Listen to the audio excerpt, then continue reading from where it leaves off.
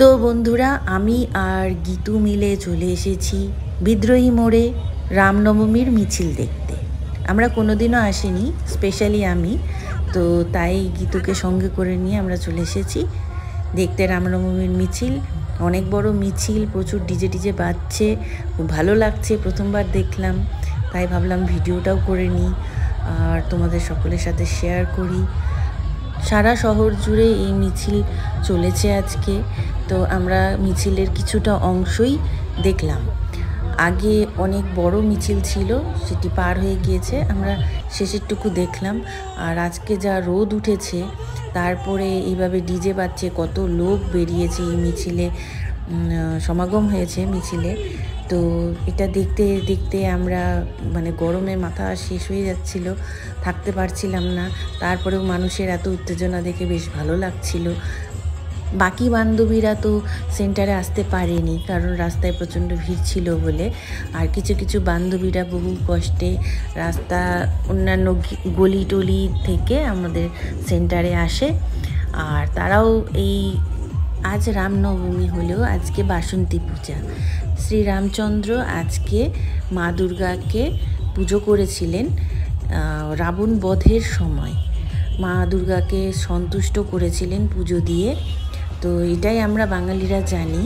আর তোমরা কি গল্প জানো একটু আমাকে জানিও কমেন্টে। তোমাদের কাছে কি আছে রামনবমী নিয়ে চিন্তা, সেটাও আমাকে কমেন্টে অবশ্যই জানিও। দেখো লোকের মনে কত উৎসাহ, কত আনন্দ করে এই দিনটিকে উদযাপন করছে, ভালো লাগছে দেখে। সকলেই এই মহা মিছিলে সামিল হয়েছে। তারপর দেখলাম কিছু মানুষ শ্রীরামচন্দ্র, লক্ষ্মণ এবং মাতা সীতা সেজেছেন, ভালো লাগছে দেখতে বেশ। আজ বিভিন্ন ধরনের মানুষ রাস্তায় নেমেছে, ভালো লাগছে। আমি মনে করি এখানটাতে জাতি, ধর্ম, বর্ণ, স্পেশালি কোনো পার্টি পলিটিক্স ছাড়া সব মানুষরা একত্রিত হয়ে এই মিছিলে যোগদান করেছেন। খুব ভালো লাগে সবাই একত্রিত হয়ে। এদিকে ঋতু আমাদের জন্য নিয়ে এসেছে খিচুড়ি, তো আমরা সেন্টারে বসেই সেই খিচুড়ি খেলাম। খিচুড়িটার যা টেস্ট ছিল না, তাই আমি মুখে বলে বোঝাতে পারবো না, জাস্ট অসাম। খাচ্ছি এই হাত ও হাত, সেই হাত দিয়ে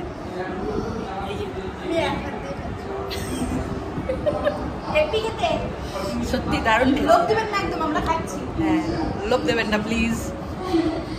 খেয়েও মন ভরেনি, তাই আমরা আবার পাতা নিয়ে চলে এসেছি যেখান থেকে খিচুড়ি দেওয়া হচ্ছিলো সেই জায়গাটাতে। চারিদিকে প্রচণ্ড মানুষের ভিড়, ছোট থেকে বড় সবাই মিলে এসে নিয়ে খিচুড়ি খাওয়ার জন্য একদম পাগলা হয়ে যাচ্ছে। এখানে খিচুড়ি বিতরণ করা ছিল এবং সেই নৌকোগুলো যে ছোট যেটাতে করে খিচুড়ি বিতরণ করা হয়, সেগুলো শেষ। এই যে এখানটাতে আমরা নিতে গিয়েছিলাম, এটা শেষ হয়ে গিয়েছিল। তো আমরা কিছুক্ষণ অপেক্ষা করি, তারপর আবার আমরা খিচুড়ি পাই। এই যে দেখো, আমরা খিচুড়ি নিলাম, এই জায়গাটাতে খিচুড়ি তৈরি হচ্ছে। তো আমরা একটা পাতা নিয়ে আমাদের সন্তুষ্ট হইনি, সেজন্য আমরা অনেকক্ষণ ধরে অপেক্ষা করবার পর এই দেখো এক প্যাকেট ভর্তি খিচুড়ি নিয়ে বাড়ি ফিরছি। তো বন্ধুরা, ব্লগটা কেমন লাগলো অবশ্যই কমেন্টে জানিও। আর ভালো থেকো, ভালো রেখো, বাই, ভালো থেকো।